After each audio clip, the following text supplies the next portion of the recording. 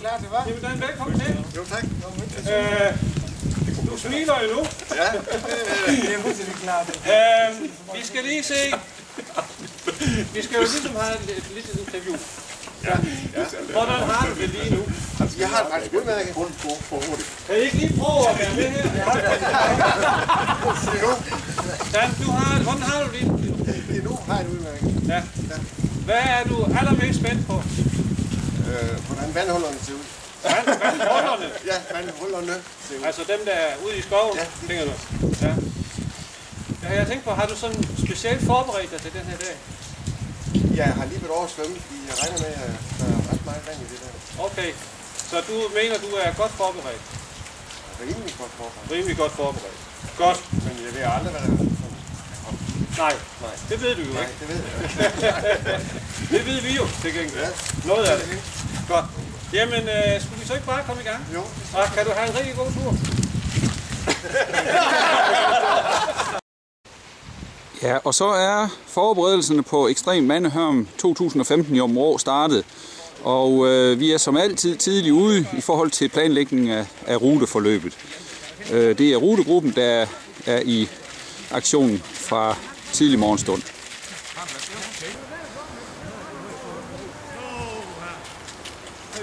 I behøver ikke være efter, I må bare løbe frit, hvis det er.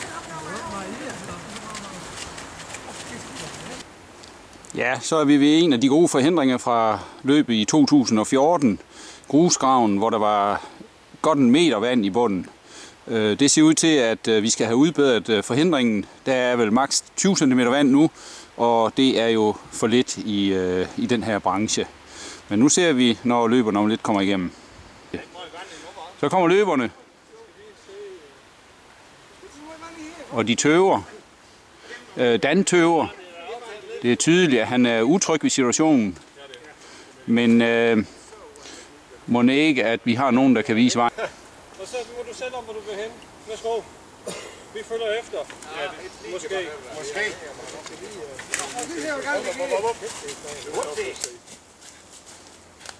Ah, det er frisk. Det er godt, Dan.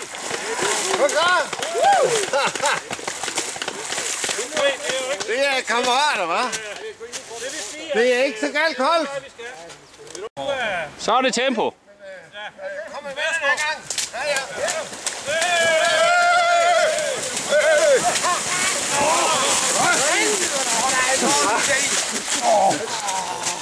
Det stinker.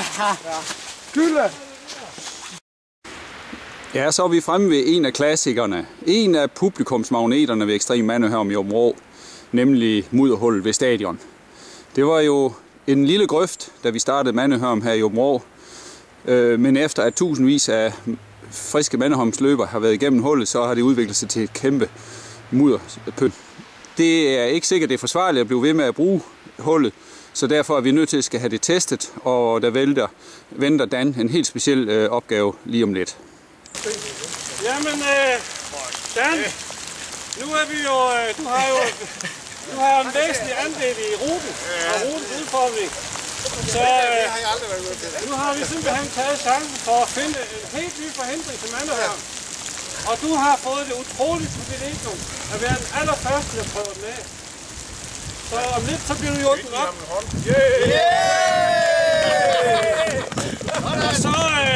Og så er det egentlig herfra og derover til.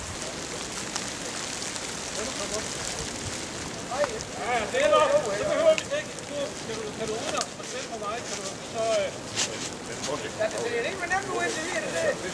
Yes! Det kører bare derud af. Det er dejligt, du får prøvet den nye forhindring af. Sådan, og så skal der bare kæmpes, Dan. Op med benene. Og så bare op med benene, du. Så bliver de fødder ikke våde. Ja, og det kører bare. Nej, Dan, du kan ikke gå på vandet. Du kan ikke gå på vandet. Kom så, det er så flot. Kom så, Dan. Kæmpe igennem. Det bliver spændende at se her, hvordan når det bliver lidt højere højden. Kom så, Dan. Det er godt kæmpe. Kom så.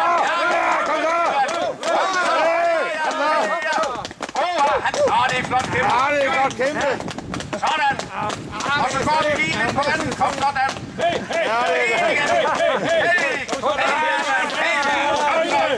Hele vejen igennem. Kom nu! Ja, det er En vandstigning. Prøv igen! En gang til. Prøv igen! Der er hest til sidst, du får.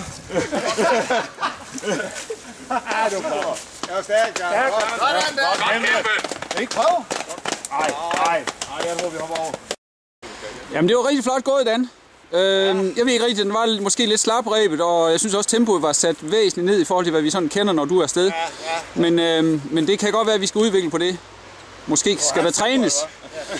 Men altså, jeg synes jo, Ekstrem Manøhørm er jo også, det er jo en holdkonkurrence også. Og nu har vi prøvet at få noget bygget ind omkring armene, det har vi manglet. Men holdopgaver, det har vi aldrig haft. Og vi ved også, at der tit er nogen, der kommer til skade undervejs, så det kunne måske være rigtig smart, hvis vi byggede ind en holdopgave, hvor man hjælper de skadede løbere undervejs. Så jeg ved ikke rigtigt, er der nogen, der har nogle gode idéer? Holger, hvad siger du? Jeg har et forslag, Ja? men det skal vi lige derover. Okay, så går vi derover. Godt. Du er reelt skadet jo. Hvad skal jeg så gøre? Du skal ligge oppe i vores net. Se her. Holdopgaven går på, at Ulrik, som jo er skadet blandt os, ham lægger vi her. Du skal have den sæk over i hovedet, eller hvad? Og så går vi Igennem noget vand? på hver, så tager vi fat i nettet Okay. som hold. Ja. Og så skal han over til Torben. Og så ser vi gerne, at Ulrik kommer tørskovet over de her.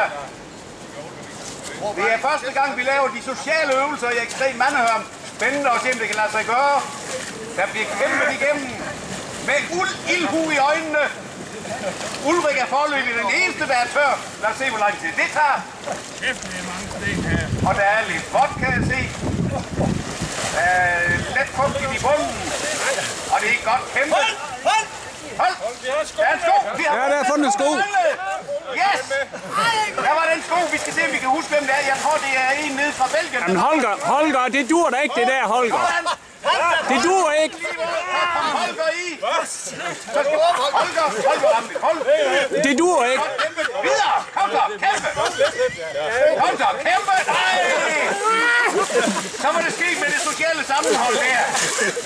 Jeg tror, Ulrik finder et tidspunkt med hævn sig. Prøv lige at tage den der sko med. Det er fandme sidste gang, jeg er skadet. Det er pisse. Det var fornemt. Imponerende kæmpe. Det er det med kammerater, var ude.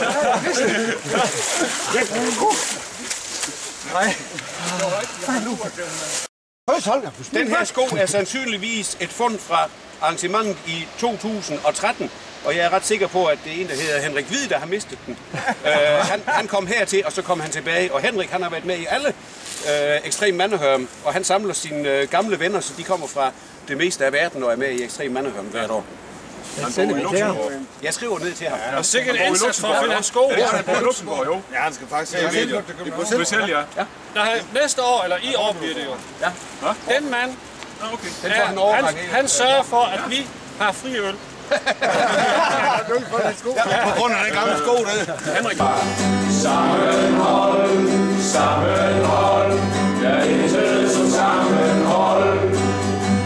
Og selvom mudder det er vådt og koldt, har vi sammenhold.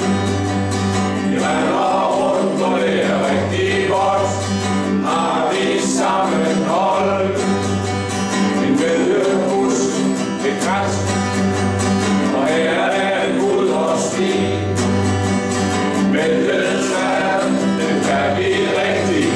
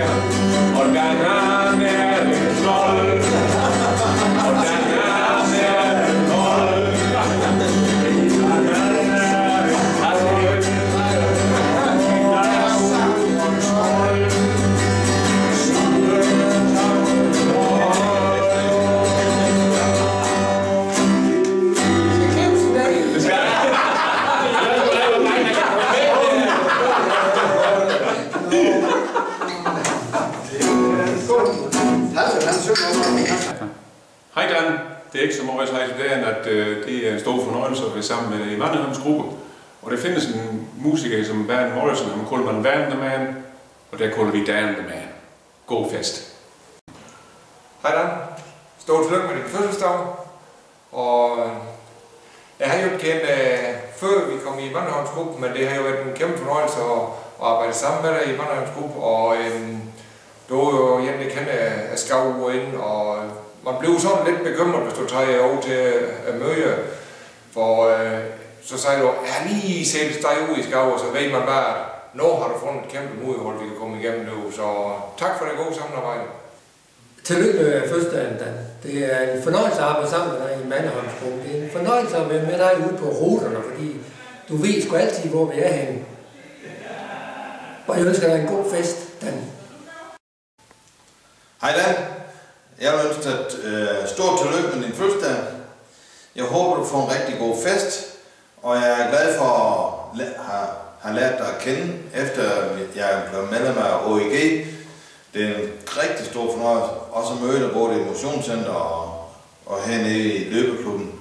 Så kan du have en rigtig god aften, og mange tak, fordi jeg må lære dig at kende. Tak. Tillykke med fødselsdag, Dan. 60 år, det er der ser du af. Omfatter du alle vinter hos anden, selv Ulvers unge. God dag. Moin. Også stort tillykke fra min side. Det er jo en fornøjelse at være sammen med dig. Jeg må nok sige, at jeg blev i første omgang høre, at den skolelærer, så tænkte jeg, men den mor, vi er samlet over her, det er simpelthen en fornøjelse. Og din mor anklagede ting med aftalt tid, og det kører jo bare. Det er jo simpelthen en fornøjelse. Og dit humør og alt, det smitter jo af over vi andre. Så gå i vind fremover, også her fra mig. Tillykke med fødselsdag. Ja. Hej Dan, tillykke med din fødselsdag.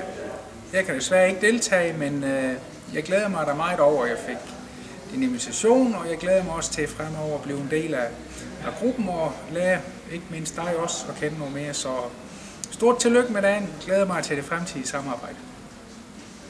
Ja, hej Dan. Stort tillykke med dagen. Vi har haft rigtig mange sjove stunder sammen ude på Mandeholmsgruppen i forbindelse med både planlægning og afmærkning af den. Du er jo altid utrolig kreativ, hvad angår at finde rigtig spektakulære steder, hvor løberne skal igennem.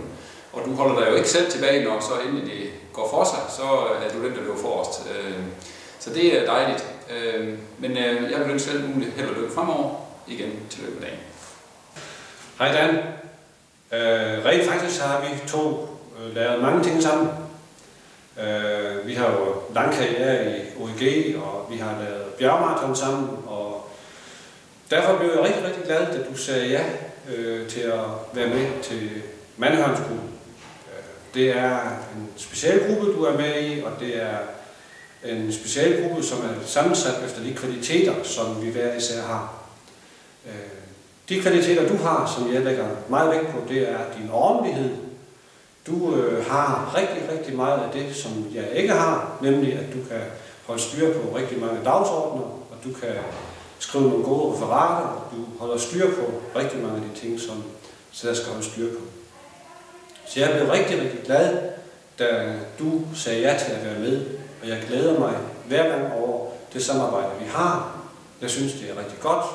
Du er en rigtig fin fyr at arbejde sammen med, og jeg er meget, meget glad for, at du er med i vores gruppe. Når du nu fylder 60, så vil jeg selvfølgelig også på gruppens vegne sige rigtig hjertelig tillykke. Jeg håber, vi stadigvæk får mange gode oplevelser sammen, at vi får nogle rigtig gode planlægningsmøder, og at vi også kan hygge os sammen, og det synes vi er rigtig gode til. Så tillykke med fødselsdagen, tillykke med de 60 år. Jeg håber, du får rigtig mange gode år fremover. Tillykke med det.